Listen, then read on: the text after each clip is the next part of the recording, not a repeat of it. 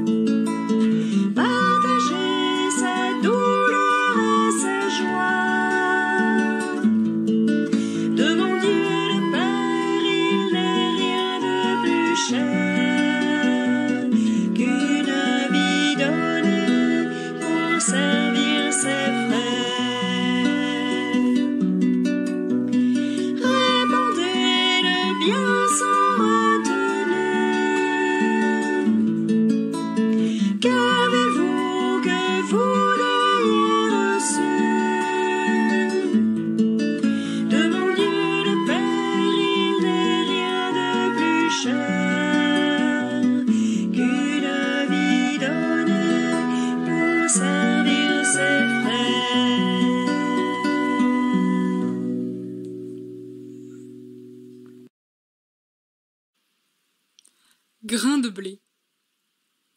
Je suis si peu de choses posées au creux d'une main. Grain de blé. Je suis vraiment minuscule dans l'immensité d'un champ. Grain de blé. Je m'enfonce profond jusqu'au cœur de la terre. Grain discret. Je me fais oublier, mais mon cœur veille. Grain donné. L'attente se fait dans mon lit de terre. Grain qui meurt, je me vide de moi-même. Grain qui lève, tige et feuille, me tire vers la lumière. Grain qui fleurit, vive la vie remplie de fruits.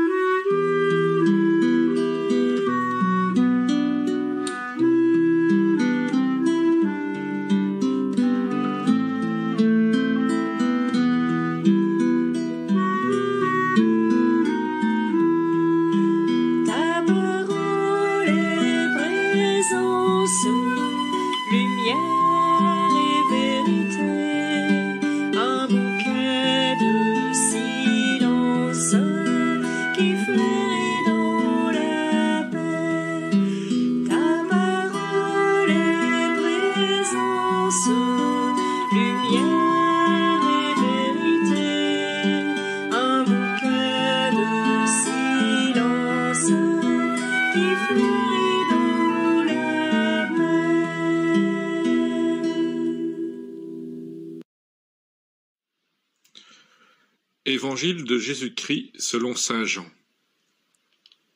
En ce temps-là, il y avait quelques Grecs parmi ceux qui étaient montés à Jérusalem pour adorer Dieu pendant la fête de la Pâque. Ils abordèrent Philippe, qui était de Bethsaïde en Galilée, et lui firent cette demande. « Nous voudrions voir Jésus. » Philippe va le dire à André, et tous deux vont le dire à Jésus. Alors Jésus leur déclare : « L'heure est venue où le Fils de l'homme doit être glorifié. Amen, amen, je vous le dis. Si le grain de blé tombé en terre ne meurt pas, il reste seul. Mais s'il meurt, il porte beaucoup de fruits. Qui aime sa vie la perd. Qui s'en détache en ce monde, la gardera pour la vie éternelle. Si quelqu'un veut me servir, qu'il me suive. Et là où moi je suis, là aussi sera mon serviteur. Si quelqu'un me sert, mon Père l'honorera. Maintenant, mon âme est bouleversée. Que vais-je dire? Père, sauve-moi de cette heure? Mais non, c'est pour cela que je suis parvenu à cette heure-ci. Père, glorifie ton nom. Alors, du ciel, vint une voix qui disait, « Je l'ai glorifié, et je le glorifierai encore. » En l'entendant, la foule qui se tenait là disait que c'était un coup de tonnerre. D'autres disaient, « C'est un ange qui lui a parlé. » Mais Jésus leur répondit, « Ce n'est pas pour moi qu'il y a eu cette voix, mais pour vous. Maintenant a lieu le jugement de ce monde. Maintenant, le prince de ce monde va être jeté dehors. Et moi, quand j'aurai été élevé de terre, j'attirerai à moi tous les hommes. » Il signifiait par là de quel genre de mort il allait mourir.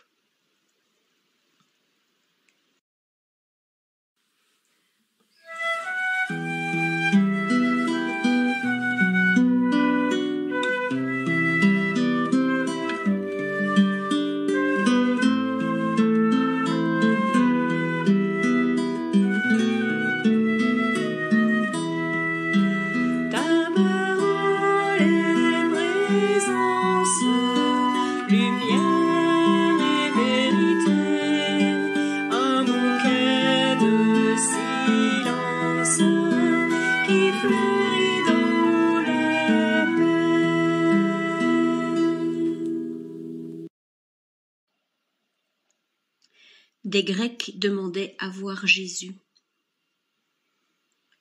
Ne sommes-nous pas, nous aussi, attirés par ce désir de voir Jésus? Mais pouvons-nous le voir?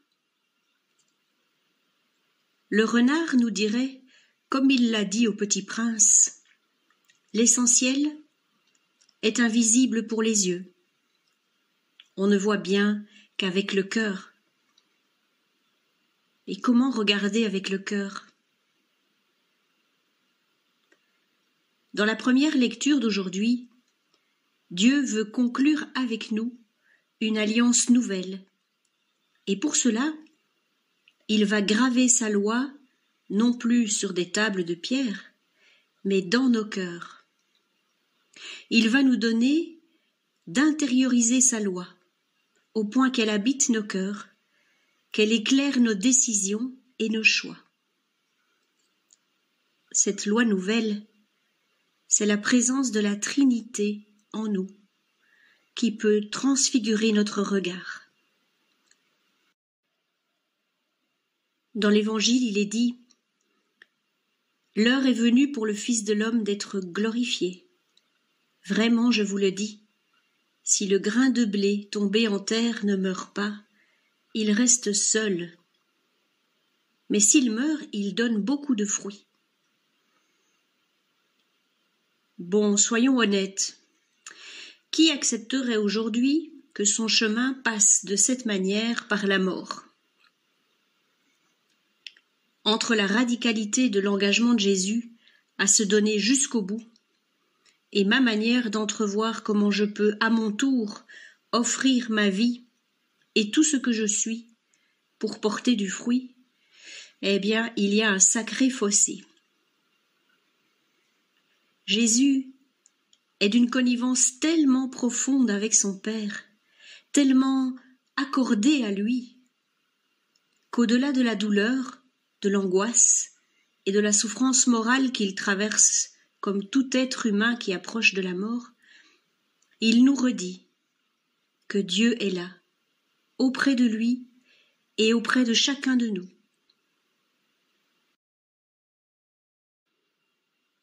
Jésus s'avance vers la mort non pas comme une victime consentante, mais bien fidèle aux plus hautes valeurs de la vie. Même s'il est convaincu que son choix d'aller jusqu'au bout a un sens, il a horreur de ce qu'il va subir, et il éprouve l'angoisse de tout être humain devant la souffrance et la mort. Et dans son désarroi, il s'adresse à son Père et dit « Maintenant je suis bouleversé. Que puis-je dire, Père, délivre-moi de cette heure. » Jésus va souffrir parce qu'il aime trop la vie. Il est mis à mort parce qu'il est trop vivant. Il exprime son angoisse parce qu'il est pleinement croyant. En ce temps de carême, 2 questions se posent à nous. Tous les grains de blé tombés en terre ne germeront pas. Sans les bonnes conditions, un grain sera dormant et ne donnera jamais de fruits. Le grain a besoin de soleil, de pluie, de nutriments, avant qu'il puisse commencer à croître. Et demandons-nous, est-ce que dans notre vie de foi, nous ne sommes pas un petit peu en sommeil?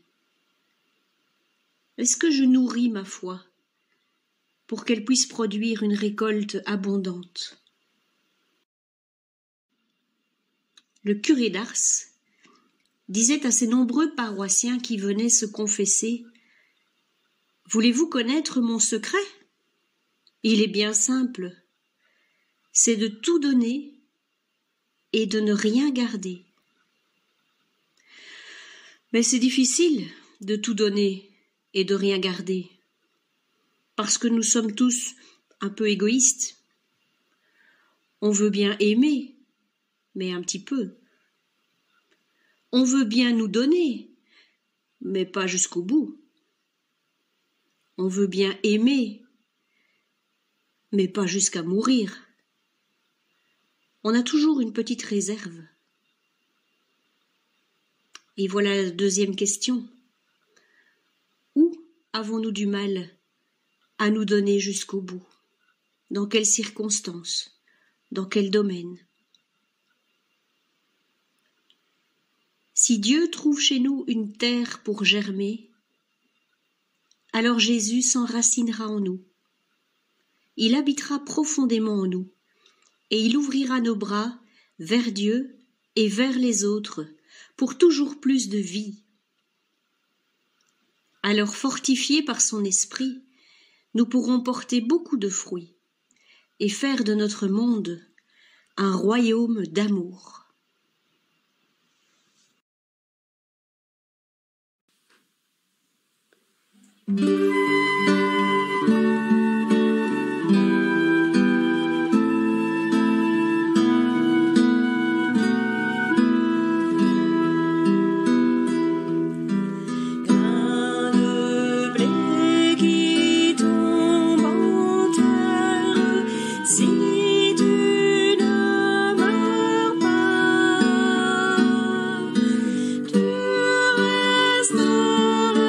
Sorry.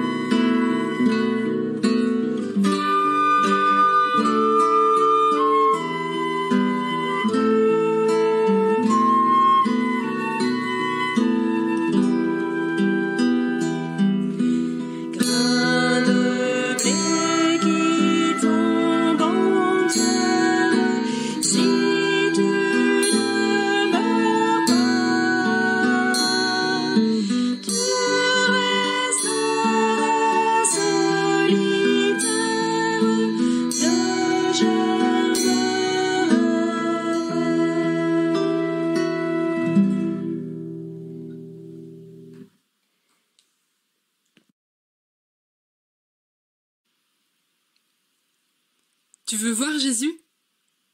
Laisse le Père graver dans ton cœur sa loi nouvelle, celle de l'amour et du pardon. Accompagne Jésus sur son chemin.